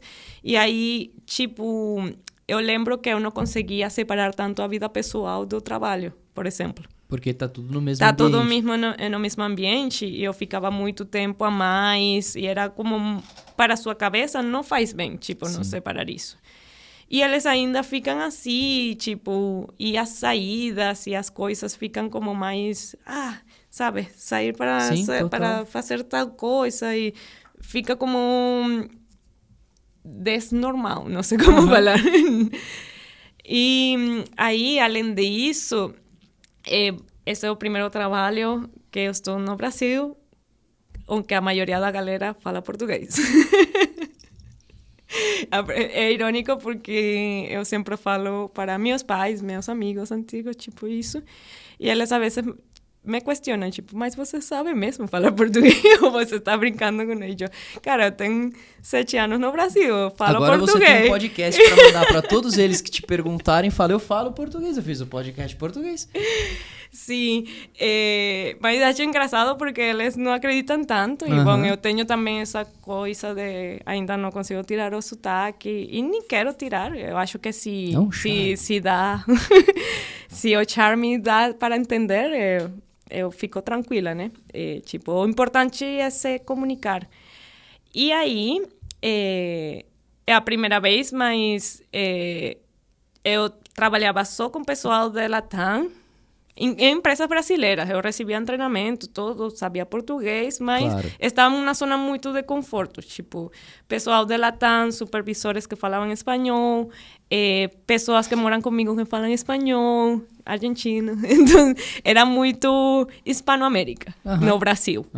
E esse emprego aqui é, tipo, sair dessa zona de conforto e evoluir também meu português, meu raciocínio em português. Muitas vezes eu falei, tipo, não sei, você também fala muito bem espanhol e você entende que tem dias em que seu espanhol é melhor que outros, né? Eu falo de virar a chave, né? Virar a chave para português. E tem dias que a chave não vira muito bem, que você ainda está falando outro idioma ou pensando em outro idioma. Aí eu estou conseguindo mais evoluir também em meu jeito, minha maneira de falar português. E isso foi sair da zona de conforto e algo que também acho legal de agora que estou na Blue. Tipo, isso, essa parte que você falou de os relacionamentos, todos os esforços que você fazem para estar perto dos clientes, era algo que eu não tinha nas outras empresas, por ser terceirizadas ou ser outro canal mais indireto. Além da distância, de que eu sempre trabalhei com Latinoamérica, eram empresas muito restritas a ter um contato tão perto com os clientes, sabe? Tinha políticas, sei lá, que você não podia fazer essa. Então, você podia ficar sem um relacionamento muito bom com a pessoa, mas não ia mandar nunca um brinde, tipo isso. Ou visitá-la. Isso. E aí eu estou achando, tipo, que é uma coisa da indústria, porque faz parte da indústria, né? Fazer esses relacionamentos, esse intercâmbio, que eu estou também aprendendo e que estou absorvendo agora. E como é que foi a experiência que você teve super recente de ir pro México? Porque eu vi vídeos da senhorita fazendo as apresentações, que inclusive você tinha me pedido as apresentações antes, né? E eu vi você fazendo elas. Como é que foi isso? Foi muito, muito legal, porque desde 2017, falando que eu estou falando com pessoas, fazendo pitch sobre marketing, e foi a primeira vez que eu fiz um pitch presencial. Que legal. Na minha língua, né? Tipo, acho que em português não foi a primeira vez presencial mesmo. Então, foi tipo, nossa, eu estou de verdade evoluindo, estou fazendo isto em outro lugar, algo que fiz por tantos anos. Foi muito legal, tipo, profissionalmente para mim foi tipo, meu Check. primeiro pitch em espanhol para meus clientes, sabe? Algo que eu já fiz muitas vezes, mas é especial mesmo. E não é diferente? Você tá em pé, você ter a apresentação, você olhar pro olho das pessoas, você ver as reações, é muito mais gostoso, não é? E também era um reto para mim, porque, sabe, essa menininha que era muito tímida, ela não falava muito diante das pessoas, mas é como se se misturasse esse aprendizado, tipo, você deixou, aprendeu, e agora é só o resultado, tipo, agora você consegue fazer algo que nem se imaginava que conseguia fazer. Tá vendo? Mais uma vez o que eu falei pra você sobre a questão da adaptabilidade. Você vê as oportunidades, você abraça as oportunidades, e o que eu acho interessante é que você não tem medo. Se você vê, ou talvez você tenha medo, que é normal todo mundo sentir, mas você faz. As pessoas travam no medo. É interessante que você fale isso, porque a maioria das coisas que eu feito, assim, tipo, que as pessoas ficam, você fez mudança, você fez tal coisa. Eu fiz no automático, tipo, só fazer. Se você fica pensando muito...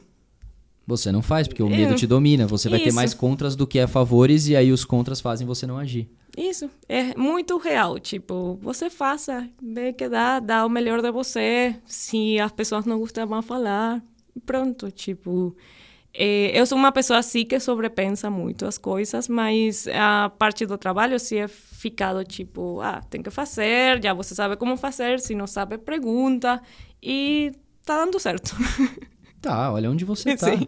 E isso é bem legal de ver toda essa sua jornada de tanto tempo, você ter começado lá atrás com uma coisa que era bastante diferente do que você atua hoje, mas a gente pode dizer que, como eu comentei enquanto você falava das suas experiências e na sua vinda para o Brasil, essa questão da adaptabilidade, essa questão de você...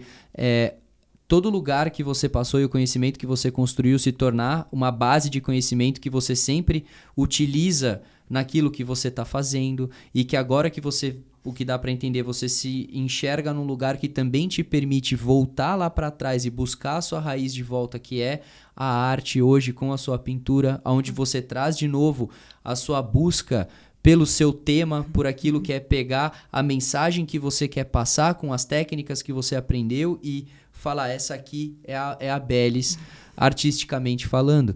Então dá para ver que a gente está caminhando para um momento da sua vida de harmonia, onde você está se desenvolvendo bem profissionalmente e você também está tendo capacidade de se desenvolver em coisas que você gosta da sua vida pessoal. Uma pergunta para você. Okay. Essa pergunta é legal porque ela vai te fazer refletir para dar resposta. Ok. O que você considera como sendo a maior conquista da sua vida até agora? Pode ser profissional, pode ser pessoal, pode ser qualquer coisa. É bem abstrato mesmo. Tipo, porque você falou, e acho que está sendo super legal toda essa conversa, porque você conseguiu sintetizar tudo isso, né? Que eu falei da minha história. E aí, primeiramente, eu me considero mulher, depois venezuelana, depois latino-americana, e depois eu sou todos os detalhes que eu sou, né? E eu estou muito orgulhosa de ser uma mulher independente. É uma das mais grandes cidades do mundo. E que eu consigo que dê certo para mim e para meu estilo de vida. Que legal. Que legal. Então é essa força, a sua conquista, você. Então a sua maior conquista é você. É quem você se tornou. estamos ainda no caminho, né? Mas está dando certo. Tipo, essa determinação que eu tive em um momento de mudança, de dizer, eu tenho que fazer isso dar certo, que o Brasil dá certo, eu acho que eu estou conseguindo. E isso pode ser chamar a conquista, né? Que eu estou Com tendo. toda certeza. Você está fazendo a sua vida acontecer e evoluir. Muito bom. Tem alguma coisa que você gostaria de compartilhar com a gente que eu não perguntei? Nossa. Alguma curiosidade sobre você? Alguma curiosidade sobre seus planejamentos de vida? Não. Bom, ainda eu tenho muito que aprender, né? Então, eu gostaria, sim. Tipo, sabe isso que a gente falou, de que a gente muda de gostos? Tipo, você cambia o estilo de leitura que você vai pelos anos. Eu me estou achando agora uma pessoa... você falou de toda essa flexibilidade, mas acho que pelos anos, eu tenho 31 anos, aunque não pareça, eu espero sempre parecer jovem assim, com os anos eu me estou voltando uma pessoa mais estricta em algum sentido, quizás não tão... mais segura do que eu quero, tipo... Sabe quando você fala, eu experimentei, eu gosto de experimentar, mas é hora de mudar um pouco o caráter e falar não para certas coisas.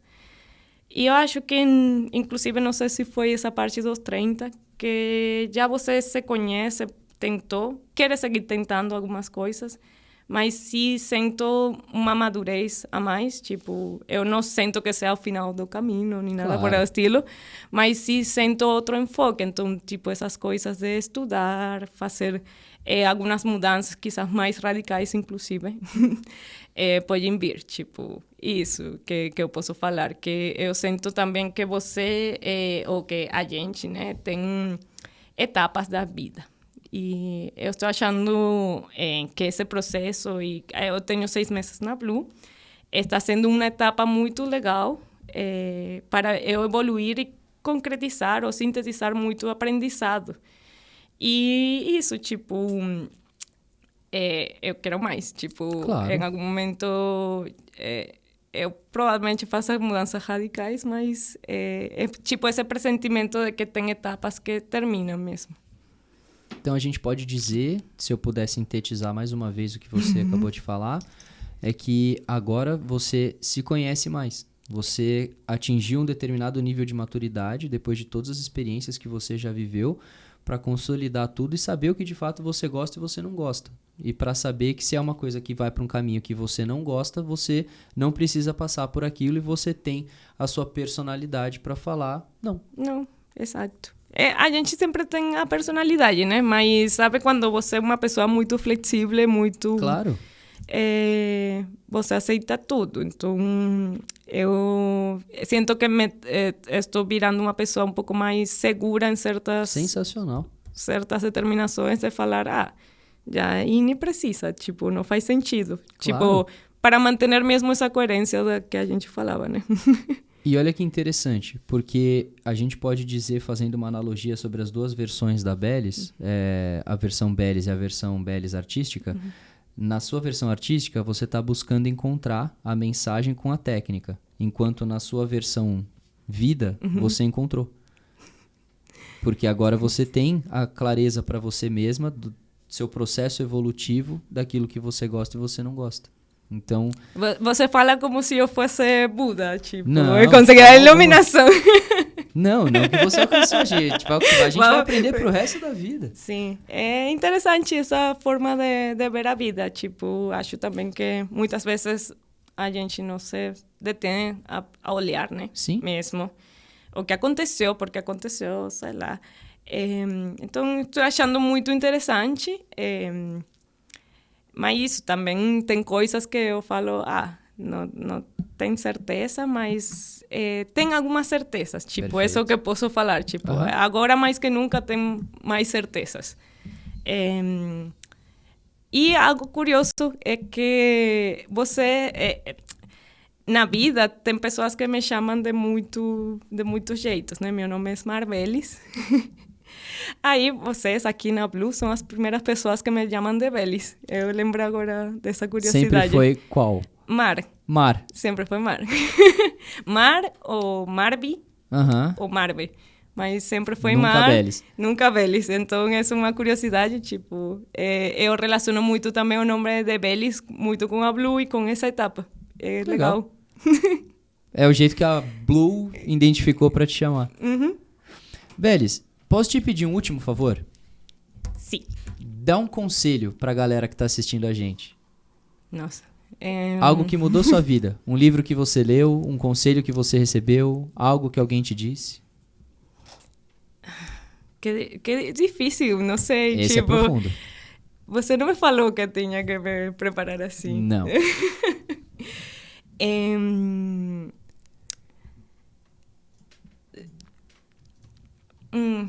Entendi. Não sei, tipo... Eu pensei, tipo, nessa parte de ser coerente, a verdade. Por favor. Seja muito coerente. Esse seria meu conselho. Tipo, por eu ter estudado arte, eu sou muito também intensa no sentido de pensar muito as coisas e também pensar que não há brancos nem pretos. Tipo, como é? O bem e o mal depende das intenções. Isso é o que eu acho. Tipo, não tem um jeito super certo de saber que está bem ou que está mal, ou que vai dar certo ou que não vai dar certo. Mas se você é muito coerente com o que você quer, com o que você tem de intenções, eu acho que isso é suficiente, tipo, para si. Esse seria meu conselho. Perfeito, perfeito. Você desenvolve clareza e você consegue fazer as coisas com uma natureza mais fluida. Bom, eu quero agradecer a passagem pela senhorita nesse Bluecast. De nada. Você comentou no começo que estava nervosa e você viu que no fim das contas a gente conversou. Você esqueceu que a câmera estava ali. Eu continuei nerviosa, mas... Mas levou, tá vendo? Mas levou, deu certo. Que é o que importa. Eu quero deixar uma recordação para você, por favor, para você lembrar sempre que você esteve presente nessa mesa, que mesmo nervosa você foi e falou... Posso abrir, né? Pô, óbvio. É seu, você faz o que você quiser. Olha... Obrigada. Isso é pra animar. Açúcar sempre anima. Eu amo café, então vai ser muito aproveitado. Excelente. Deixa eu mostrar. Dá para ver, não? Dá. Obrigada. Imagina. Obrigada. Obrigado você. Gracias. De nada. Y puede ser una vez en español también para Claro. yo Para los mostrar. otros espectadores. para que otro tipo para de personas se puedan interactuar con este episodio, claro. Para Hispanoamérica. Ajá. Hablamos en portugués, entonces para todas las personas que tenían dudas, si sabes hablar portugués, ahora tienes certeza. También vamos a hacer la versión en español. No, Sim, vamos. Sabe o que a gente pode fazer? Que? O Pedro pode traduzir tudo. Ah, qué legal. Ela vai colocar subtítulos. Vai poner subtítulos para mis Pedro amigos. vai fazer um voice-over, hein, Pedrão? Faz um voice-over dela gravando as falas dela. Tipo, aí sai aqueles programas da Discovery. Ela mexendo a boca com uma voz nada a ver. Tá vendo? Ai, não. Essa tradução, tipo, nada a ver, Nada tipo... a ver. Sem emoção, né? É. Tipo, sim. Ela tenho ganas. Eu Tenho posso fazer certeza, minha tenho própria muita vontade. dublagem também. Perfeito, a gente vai fazer isso. Só que não. Perfeito. Muito obrigado pela sua passagem, de verdade. Você ter Obrigada. compartilhado tudo isso da sua vida é muito interessante pra gente por dois principais fatores. Primeiro, para que a galera da própria Blue possa te conhecer mais, não só eu, porque eu tenho a experiência de, como entrevistador, Sim. ser o primeiro a receber todo esse conhecimento, e eu julgo isso como conhecimento, porque todas as pessoas que trazem histórias, as histórias, elas geram conhecimento. Tudo que você passou, pela síntese que a gente conversou, se alguém assistir a gente até o final, vai entender o quão grande você se tornou pelos processos evolutivos que você teve na sua vida. E pelas oportunidades que a vida te abriu, o fato de, por exemplo, você ter dito, mas eu fui no automático. Mas isso é uma qualidade, porque você fez.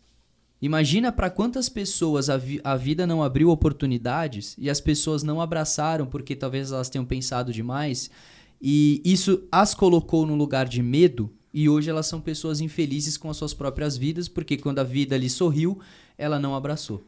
Então, através da sua história, a gente pode trazer para as pessoas curiosidades e conhecimentos de uma pessoa que, por inúmeras vezes, se adaptou, abraçou e cresceu. E aí, depois de tantas coisas que foram lhes apresentadas, você foi capaz também de dizer que agora você é uma pessoa talvez um pouquinho mais inflexível, mas porque depois de tanta coisa que você passou a se conhecer tão bem que você tem a clareza de fazer isso. E isso te traz segurança. Então, para todo mundo que está assistindo a gente, a sua história ela é riquíssima. Então, eu espero que assim como eu passei a te conhecer melhor, se a galera assistir até o final, tenho certeza que vão se identificar muito também. Espero que eles gostem, se assistiram hasta esta parte, né? E vocês também podem me abordar, perguntar, tipo, as pessoas que trabalham, né, com nós. Acho que tem galera que ainda não sabe de onde eu sou, por exemplo. Talvez. É engraçado, tipo, já me falaram, você era mexicana, e eu, não. Não é nem perto. Então, aí sentam-se à vontade e foi um prazer também participar. Eu não esperava mesmo, tipo, foi bem de surpresa e espero que gostem. Gostaremos. Eu gostei bastante e agradeço mais uma vez. Graças. Bom, para vocês que ficaram até o final, eu sempre faço essa frase. Se o que a gente conversou aqui somou nem que seja um pouquinho para o seu conhecimento, a gente já se dá por satisfeito. Porque no fim das contas é aquilo que eu sempre falo na abertura também. A gente quer produzir conhecimento, ajudar para que vocês que estejam assistindo, talvez pela história da Bellis, como tantas outras que já passaram aqui, possam tomar decisões diferentes e crescer na vida e carreira de vocês. Disclaimer final, fazemos as nossas gravações no Blue Space, então vocês também podem passar por essa experiência. Se vocês acham que a gente grava num estúdio super legal, você pode estar sentado aqui fazendo isso para você, construindo a sua autoridade, a autoridade da sua empresa e de várias outras coisas. Não só no formato de podcast, mas também desenvolvimento de conteúdo. Então, se você não sabe como fazer isso, tem dúvidas de como fazer, a gente pode te ajudar em todas as etapas do teu negócio. Então, traz isso pra gente, porque a gente faz acontecer. Contato com o QR Code na tela e na descrição do vídeo. E ficamos por aqui. Obrigado, Bellis, e obrigado, Pedrão.